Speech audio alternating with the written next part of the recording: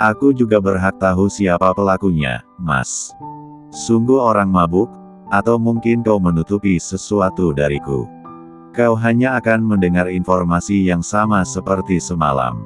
Kalau begitu biarkan aku di sini, kalau kau tak bohong seharusnya tak masalah. Wanita itu menoleh pada Krishna. Krishna, bagaimana? Kau menemukan informasi apa? Krishna melihat Alvaro. Jangan melihat Mas Alvaro, lihat saja aku dan berikan jawaban yang masuk akal.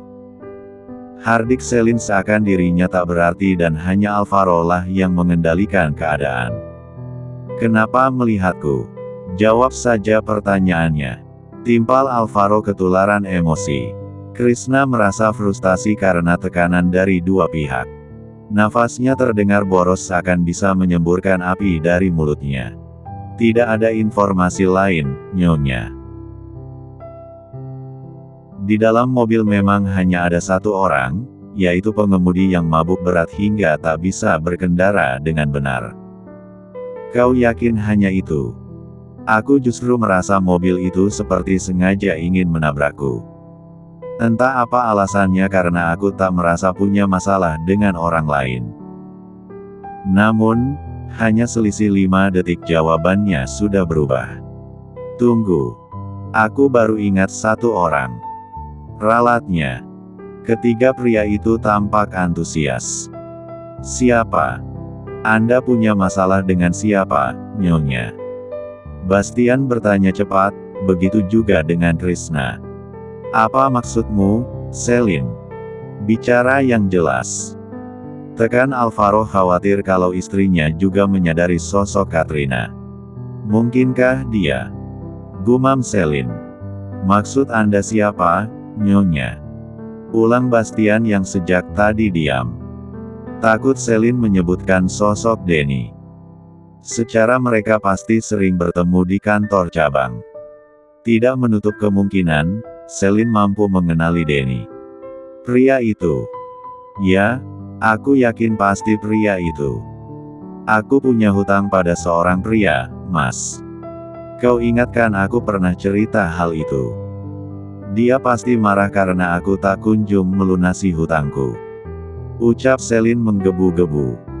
Krik, kriek, kriek. Keadaan menjadi sunyi membuat jarum jam terdengar begitu jelas. Tentu saja ketiganya paham siapa yang Selin maksud. Namanya Alfa, Mas. Pasti dia yang ingin mencelakaiku. Dasar bajingan. Padahal aku sudah berjanji akan melunasi semuanya. Tapi, kenapa dia begitu tidak sabar hingga ingin melenyapkanku? Padahal dia akan kehilangan uang miliknya jika aku mati. Dasarnya pria jahat. Imbu Selin terus memaki. Bastian dan Krishna hanya bisa saling lihat, bingung bagaimana harus menanggapi. Sementara Alvaro juga tak segera menimpali, tak menyangka kalau Selin justru teringat dengan sosok dirinya yang lain. Kau itu namanya sudah menuduh tanpa bukti. Kalau bicara yang benar, apa kau melihat pria itu di sana? Bantah Alvaro. Tidak, Mas. Selin memang tak melihat Mua di sana, tapi tidak ada lagi orang yang bermasalah denganku selain Alfa itu. Pasti dia. Dasar bangsat. Beraninya memainkan nyawaku yang berharga ini. Wajahnya saja yang tampan, tapi hatinya busuk seperti sampah. Ucap Selin keke pada pikirannya sendiri. Berbagai sumpah serapah terus dia ucapkan. Tak mengira kalau orang itu sebenarnya sudah berdiri di depan mata. Sementara Alvaro tanpa diam seakan meresapi apa yang Selin ucapkan padanya. Rasanya dia ingin menyeret wanita itu dan menghukumnya di ral 4 jam. Membiarkannya terus berteriak, dan tak akan berhenti sebelum rasa kesalnya habis. Daripada hukuman lain yang hanya akan membuatnya rugi, hukuman ranjang adalah yang paling cocok untuk Selin yang memang penakut dan belum tersentuh itu. Tiba-tiba Selin mengambil ponsel dan sibuk dengan sendirinya. Mencari kontak yang sempat dia simpan di ponsel. Bastian menaikkan alisnya beberapa kali pada Krishna, memberi kode agar menghentikan aksi Selin. Namun, sahabatnya itu malah mengangkat bahu tak peduli. Benar dugaan Bastian, saat ini Krishna jauh lebih penasaran dengan adegan di depan matanya. Bertanya-tanya apakah kebohongan Alvaro tentang penyamarannya sebagai pria lain akan terbongkar, atau autor akan tetap berpihak kepadanya dengan tetap menyembunyikan rahasia itu. "Kau mau apa?" tanya Alvaro cemas. Selin mau menelepon pria bajingan itu dan memberinya peringatan. Bisa-bisanya dia hampir membuatku mati hanya karena hutang. Amuk Selin terus mencari sebuah kontak yang tersimpan. Ketemu. Alvaro berusaha mencegah, karena ponsel dia yang satunya ada di laci meja kerja. Entah dalam mode silen atau malah akan berdering kencang begitu Selin menekan tombol panggil. "Selin, berhenti!" teriaknya memecah kesunyian. "Kenapa, Mas? Aku hanya ingin mengkonfirmasi ucapanku. Mas pasti tak akan percaya jika tak ada bukti, kan? Sekarang dengarkan pengakuannya sendiri." "Selin tak ada tersangka lain selain si Alfa pengecut itu," jawab Selin dengan suara yak tak kalah keras. "Sial. Kenapa dia keras kepala sekali?" pikir Alvaro dalam hati. Dring, dring, drineng. Selin termenung. Suara itu begitu jelas menggema di ruangan kerja Alvaro. "Ponsel siapa itu?" ucapnya bertanya-tanya. "Tidak mungkin milik si Alvaro, kan?" lanjutnya menebak. Alvaro membuka laci dan mengambil ponsel tersembunyi miliknya. Krak! Dia jatuhkan ke lantai dan diinjak dengan kuat. Hancur. Ponselnya langsung hancur dan panggilan Selin juga terputus. "Kenapa terputus?" Selin mencoba sekali lagi, namun kali ini malah tak tersambung. "Nomor yang Anda hubungi sedang tidak aktif atau berada di luar jangkauan. Coba hubungi beberapa saat lagi." Tut. Bunyi tut panjang, menandakan panggilan sudah diakhiri. Bukannya dijawab si pemilik nomor, Selin justru harus mendengar jawaban menyebalkan dari operator seluler. Hal itu membuatnya kesal setengah mati. Brengsek si Alfa. Kenapa dia malah mematikan ponselnya? Dasar pecundang. Giliran tak dibutuhkan, sudah macam jelangkung saja yang datang tak dijemput, pulang tak diantar. Tapi saat aku ingin bicara, malah hilang bagai ditelan bumi. Selin terus memaki, namun masih bingung kenapa dia mendengar ponsel berdering saat sedang menelepon Alfa. Kemudian menatap Alvaro, Bastian, Krishna secara bergantian. Lalu henti sedikit lama pada sang suami. "Kenapa kamu menatapku curiga seperti itu?" gertak Alvaro tak suka dengan cara Selin melihatnya.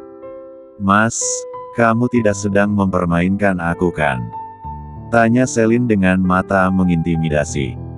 "Apa maksudmu?" jawab Alvaro setenang mungkin. Begitu juga dengan Bastian dan Krishna yang ikut gugup. Semakin lama melihat, Selin merasa kalau mereka sedikit mirip. "Kau bukan si bajiangan Alfa itu kan?" "Mas, di mana aku?" gumam Katrina, mulai membuka mata. Silau. Itulah yang dia rasakan pertama kali. Cahaya lampu di ruangan itu membuat matanya kembali terpejam. "Minumlah agar tenggorokan Anda tidak kering." Benar, tenggoroknya terasa kering dan sakit saat dirinya mencoba untuk bicara. Glek, glek. Katrina minum dengan perlahan, dan mulai menyesuaikan dengan kondisi ruangan. "Anda siapa? Dan di mana aku sekarang?" Wanita muda yang mengenakan seragam perawat itu tampak tersenyum dengan lembut. "Saya adalah perawat yang akan memastikan Anda sembuh sepenuhnya. Dan Anda sekarang ada di rumah pribadi Tuan X." Mendengar nama Tuan X disebut, Katrina langsung berusaha untuk duduk. "Tenang, Nona. Tuan tidak ada di rumah. Beliau sedang keluar dan akan datang begitu saya mengabari kalau Anda sudah siuman. Jelas si perawat. Jadi benar dia. Aku kira itu hanya mimpi, ternyata Tuan masih peduli dengan keselamatanku. Gumam Katrina sedikit bisa tersenyum. Anda jangan senang dulu, beliau menyelamatkan Anda bukan karena masih peduli tapi ada harga yang harus Anda bayar. Tegur perawat membuat senyum Katrina lenyap. Apa? Apa maksudmu? Apa yang harus saya bayar? Kamu jangan sok tahu. Kamu pasti akan menyesal jika tahu hubungan apa yang terjalin antara saya dengan Tuan. Saya sudah tahu semuanya. Baik hubungan seperti apa yang terjalin antara kalian, serta sebab yang membuat kalian terikat satu sama lain. Siapa sebenarnya kamu? Kenapa kamu bisa tahu? Perawat itu hanya tersenyum. Saya hanya perawat, Nona. Perawat yang bisa menyembuhkan, namun juga tak menolak jika harus menjadi malaikat mautmu. Apa ini? Aku seperti keluar dari sarang harimau, dan masuk lubang buaya. Batin Katrina tak jadi merasa selamat. Mas. Kenapa diam? Apa ucapanku benar? Ulang Selin melihat Alvaro yang diam saja. Apanya yang benar? Jangan pura-pura tak paham, Mas. Aku bertanya apakah si bajingan Alfa itu kamu? Alvaro justru tersenyum meremehkan. Kenapa kau tersenyum, Mas? Lucu mendengar pertanyaanmu. Jawab Alvaro membuat Selin cemberut. Aku serius, Mas. Apa aku terlihat bercanda? Makanya kamu itu jangan terlalu banyak baca novel online. Daya halumu jadi sama tingginya dengan penulis-penulis itu. Cibir Alvaro. Suka-suka akulah, Mas. Toh juga tak merugikan kamu. Selin. Gertak Alvaro membuat wanita itu gelagapan. Jangan terus memancing emosiku, Selin. Mas tinggal jawab saja apa susahnya. Ruangan menjadi sunyi. Bastian terus melihat ke kiri dan kanan tergantung siapa yang berbicara. Berbeda dengan Krishna yang sesekali tersenyum tertahan. Terus melipat bibir bawahnya, takut tawanya meledak. Keluar. Selin bergeming. Satu centip pun tak beranjak dari sofa. Kau sungguh ingin melihatku marah. Oke. Aku kalah. Selin berdiri masih dengan bertumpu pinggiran kursi.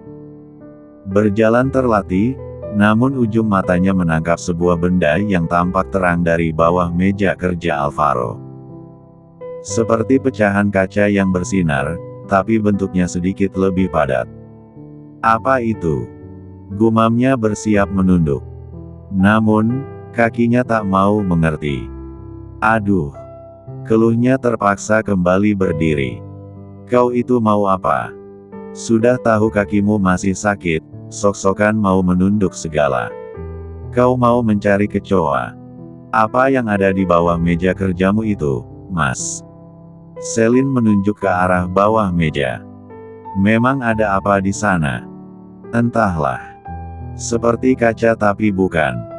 Tapi kalau benda kenapa tampak bercahaya? Saat itulah, Alvaro sadar dengan benda yang dimaksud oleh Selin. Pasti salah satu serpihan ponsel yang dia injak barusan. Sialan. Kenapa matanya awas juga? Batin Alvaro tetap berlagak tenang. Pasti ballpoint, aku akan mengurusnya. Kau kembalilah ke kamar atau terserah mau melakukan apa. Atau ajak keluargamu itu belanja. Mereka datang pasti karena ingin minta uangmu kan? Jangan keterlaluan ya, Mas. Meski ucapanmu benar, tapi apa pantas kau mengatakannya begitu jelas? Bagaimanapun juga mereka tetaplah ibu mertua dan adik iparmu. Omel Selin dengan mata memicing. Kenapa kau harus marah? Faktanya memang begitu. Tapi apa perlu kau katakan di depan mereka? Selin melirik pada tangan kanan dan kiri Alvaro. Lagian aku juga memberinya dari nafkah bulananku.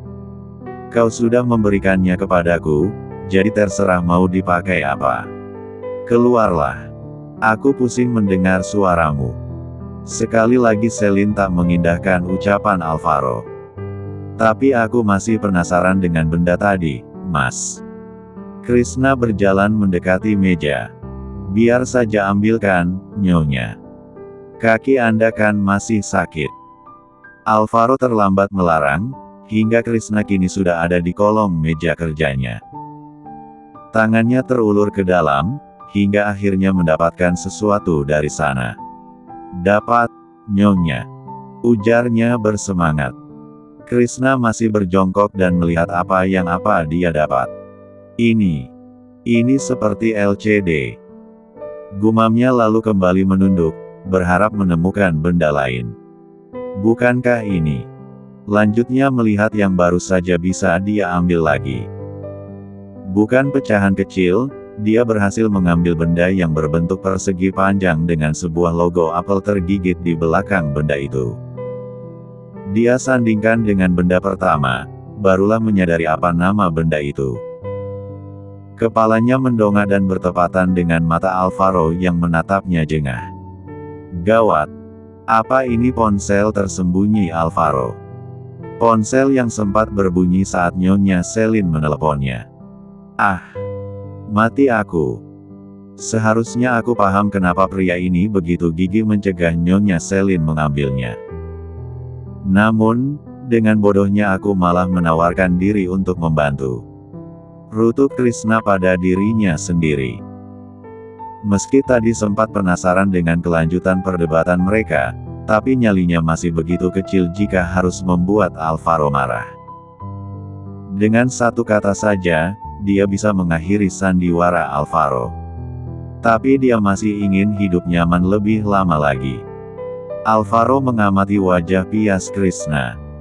Penasaran dengan apa yang akan dia katakan. Menaikkan kedua alis beberapa kali, seakan menantang sang sahabat. Nyonya. Ada apa, Krishna? Kau menemukan apa? Apa sebuah handphone?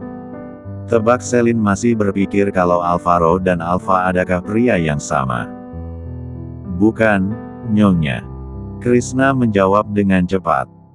Berdiri dan segera berjalan ke sisi Selin sambil memperlihatkan benda kecil di tangannya. Seperti yang Tuan Alvaro katakan, itu memang hanya sebuah ballpoint yang tak sengaja jatuh di bawah meja. Meski kecewa, tapi bukti sudah ada di depan mata. Baiklah, mungkin memang tebakanku yang salah. Lirihnya membalikkan badan. Aku keluar, Mas. Alvaro mengangguk malas seakan itulah yang dia harapkan sejak tadi. Ceklek. Pintu tertutup, dan Selin menghilang di balik pintu. Brak. Krishna hanya bisa meringis, saat Alvaro melemparkan sebuah map ke badannya. Maaf. Ucap Krishna dengan wajah bersalah. Mengambil map yang teronggok di lantai, dan meletakkannya kembali ke meja dengan sangat hati-hati. Kau hampir saja membongkar semuanya, Krishna. Yang diajak bicara hanya bisa nyengir tak berdaya. Sementara Bastian masih tampak resah karena menunggu kabar dari Denny. Meski marah, tapi dia tetap khawatir dengan temannya itu. Yang penting kan sekarang sudah aman, dan Nyonya Selin tak curiga lagi. Ucap Krishna membela diri. Alvaro tak menanggapi membuat Krishna merasa canggung. Baiklah, apa yang harus kita lakukan pada pria itu? Sambungnya mengalihkan pembicaraan. Bagaimana keadaannya? Dia masih koma? Beberapa pengawal berjaga di depan pintu dan mereka akan segera mengabari begitu pria itu membuka mata. Baiklah, kita tunggu saja dan gali informasi darinya. Jika Katrina sungguh terlibat, aku sendiri yang akan mengakhiri hidupnya. Alvaro mengingat kembali kisah cintanya dengan Katrina. Dulu, dia wanita yang manis dan penuh cinta. Sangat peduli dengannya dan selalu bersikap manis. Namun sekarang, entah kehidupan macam apa yang dia jalani di luar negeri hingga membuatnya berubah seperti itu. Satu yang pasti adalah, dia tidak akan tinggal jika keselamatan orang di sekitarnya dipertaruhkan. Dari mana saja kalian? Kenapa semalam tidak pulang ke rumah? Diamlah, Pak. Ini ibu belikan ikan bakar, makan saja dan jangan banyak bertanya. Jawab Bu Siska acuh. Jangan kurang ajar, Bu. Jawab dulu pertanyaan Bapak. Kita baru dari rumah Mbak Selin, Pak. Dia semalam hampir keserempet mobil dan kakinya cedera. Jadi, kami memutuskan untuk menginap. Jelas Dewi dengan malas. Lalu bagaimana keadaan Mbakmu? Parah atau tidak? Suaminya sudah memanggil dokter keluarga, dan pagi ini sudah bisa berjalan. Syukurlah. Pak Adam mendekati Bu Siska. Bu, terima kasih sudah peduli dengan Selin. Bapak yang salah, Bu. Tolong jangan acuhkan Selin, karena dia tetaplah putri pertamamu. Bu Siska membalas tatapan Pak Adam. Tergantung sih, Pak. Ibu akan tetap bersikap baik asal ada. Menempelkan ujung jari telunjuk dan jempol, lalu dia gesekkan berulang kali. Semua bisa diatur asal ada fulusnya. Imbuhnya menjelaskan. Ibu meminta uang lagi pada Selin. Tebak Pak Adam melihat beberapa paper bag di tangan Dewi. Pasti dong, Pak. Ibu beli ikan bakar itu juga dari uang yang diberikan Selin. Ha, ha, ha. Tawa Bu Siska terdengar renyah karena di dompetnya masih ada beberapa lembar uang yang tersisa. Bapak makanlah dengan kenyang, Ibu dan Dewi akan mencoba baju-baju baru ini. Dan Bapak tenang saja, Ibu juga membelikan celana baru untuk Bapak. Cobalah setelah makan. Sambungnya menarik tangan Dewi untuk pergi. Astaga!